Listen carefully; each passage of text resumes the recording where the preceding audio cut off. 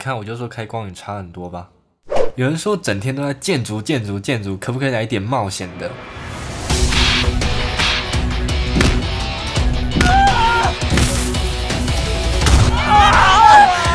上次总共花了3集的时间来盖这个鸟居，这次我们的主题是什么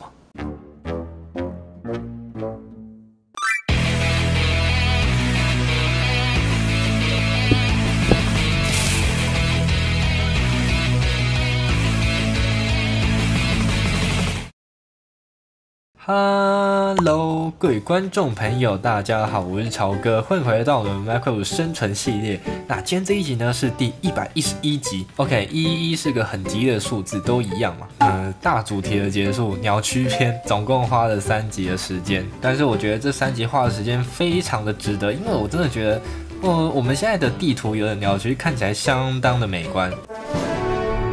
不管是近看还是远看都很美。这次又是什么样的主题呢？我们要往后撸到地下化农业大楼那个地方。地下化农业大楼，当初我们在挖这个大地道的时候，我们花费了相当多的心力和时间。第二次的改造，我们也花费相当多的心力，因为我们把整片玻璃都换上了浅绿色的玻璃，所以这一次也是一个具有规模的企划。这一次的主题是之前讲了好多次，也进行过一次改造建议甄选的地下化农业大楼的改造。之前前几期有仔细看过我的影片的观众，应该会发现到我曾经有稍微多少提及到地下化农业大楼的改造，我想要把它改造成一种城镇、村庄之类的东西。甚至我记得在前几集我有向大家开出了一个问卷调查。那经过这么久的时间沉淀，让我已经规划出来大概要怎么盖了。之前有初步的讲出我的大概规划，那我现在就要来讲我们这一次的计划内容。首先是第一步，也就是第1层楼。上次在影片刚好有提到，有没有看到我现在脚底踩下的这一整块的玻璃，刚好是地下农业大楼最顶部的面积。这一块面积恰恰刚好，我觉得可以弄成一个便利商店。便利商店是什么样子呢？这样子。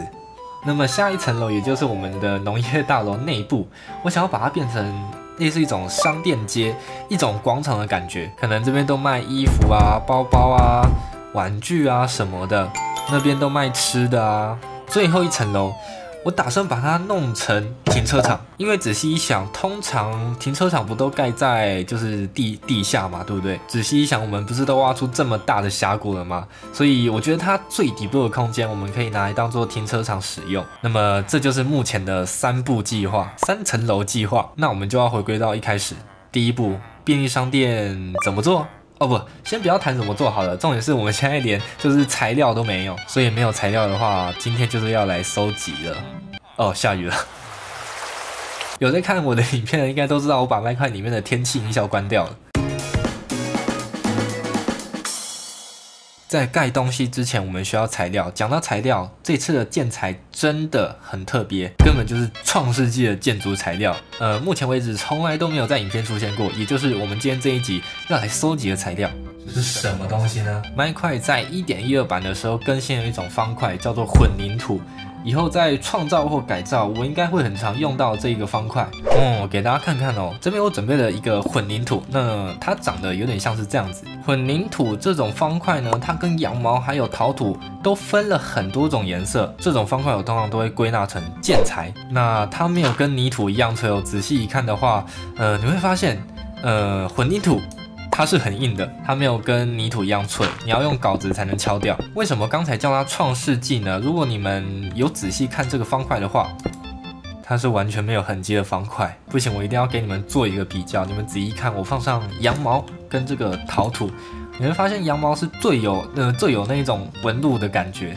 其实我觉得这样子有点丑。那陶土跟羊毛比起来是比较好的，因为陶土从这样远远看起来它是不太有那种纹路的，但仔细一看的话还是会有。然后我们就这样慢慢切回这个混凝土，你会发现几乎看不到。其实如果你仔细看的话，这边有一个就是我这样看好了，白白跟这个有一点灰灰的这个像素，眼睛可能要利一点哦，我帮你们放大一下。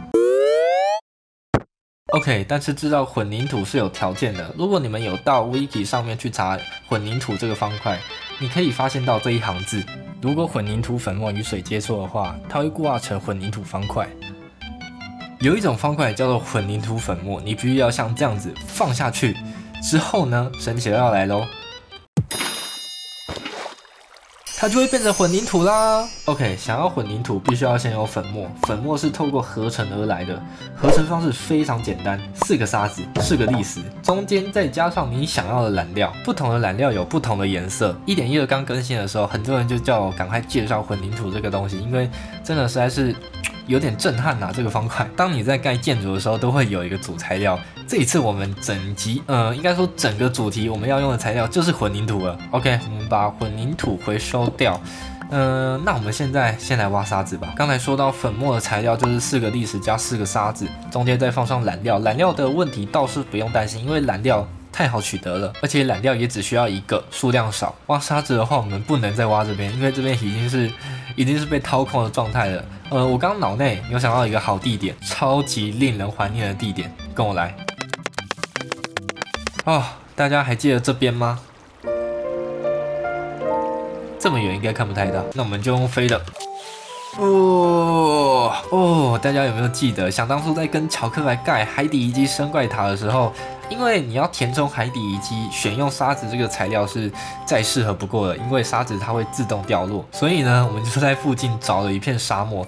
这个沙漠也不算是沙漠，它只是一片小沙地，然后那个沙子的需求量实在是太大了，然后就被我们掏空了。虽然说是这样子，不过这个沙子小沙地的沙子还是很多的，所以我们就继续掏空它。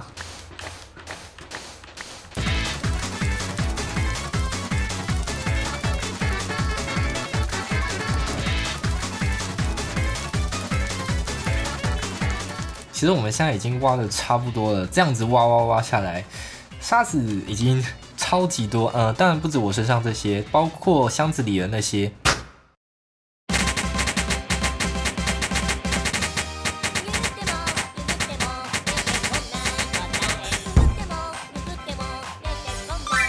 这样子应该暂且足够。接下来要头痛，剩下一种材料，它叫做砾石。砾石这种东西呢，它有点难找，通常蛮容易产生在湖泊啊，像这种河流啊，周围，像那边就是，但是它的数量不太多，所以我们可能就是要慢慢挖。哎呦，其实它的数量很多呢，其实还蛮多的，只是要潜到水里下去挖。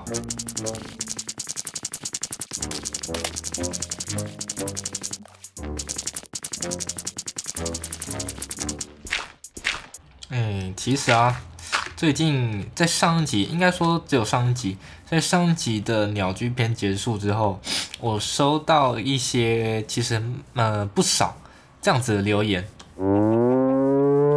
能不能来一点冒险的？一直盖建筑、盖东西，让我觉得有一点腻。还有人建议我重开一个生存，重开一个影片系列这样子。不过其实我觉得挺没意义的。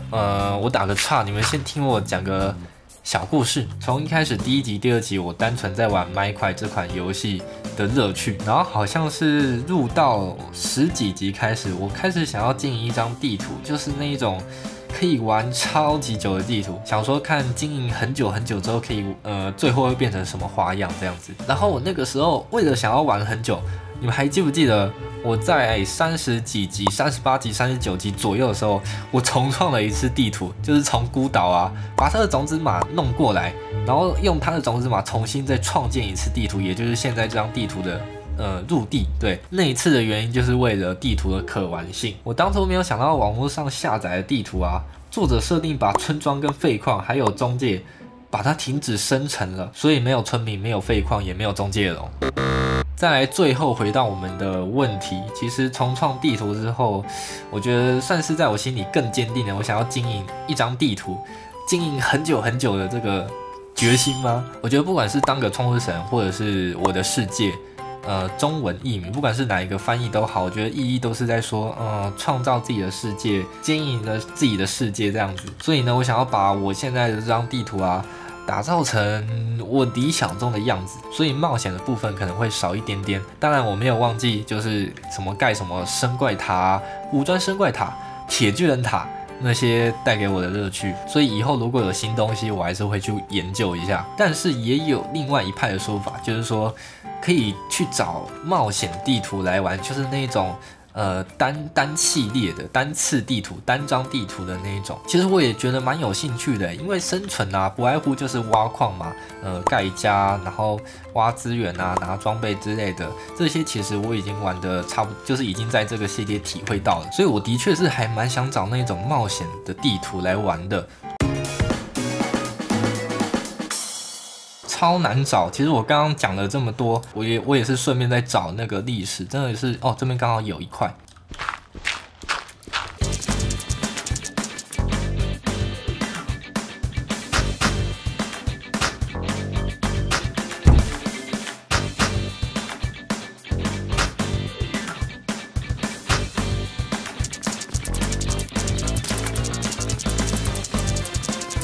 在有一些洞窟里面，通常一出来就是一大堆，就是像现在这种模样。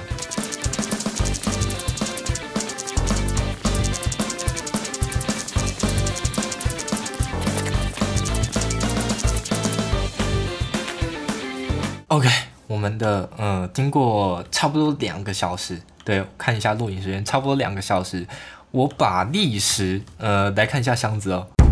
稍微可以跟沙子箱子里面的数量相比啦，我已经算是尽我最大的力气来找这个砾石，几乎应该把附近地区所有河边的砾石都挖遍了。其实我很少在做收集材料影片，因为收集材料影片，过程真的就只是收集材料。其实我这2、3个小时，按着左键找沙子，按着左键挖沙子，挖砾石，找不到砾石的话，就用鞘翅飞来飞去，然后找，然后中间一直喝水，一直喝水，一直喝水。如果今天没有录影的话，我会比较方便，因为这样子我就可以私底下去听音乐。那么如果你喜欢我的影片的话，不妨在我的影片右下角点一下喜欢，在左下角点一下订阅，外加小铃铛。如果你有什么想法或建议的话，都欢迎在我的影片下方留言，或者在我的粉丝团私讯我这样子。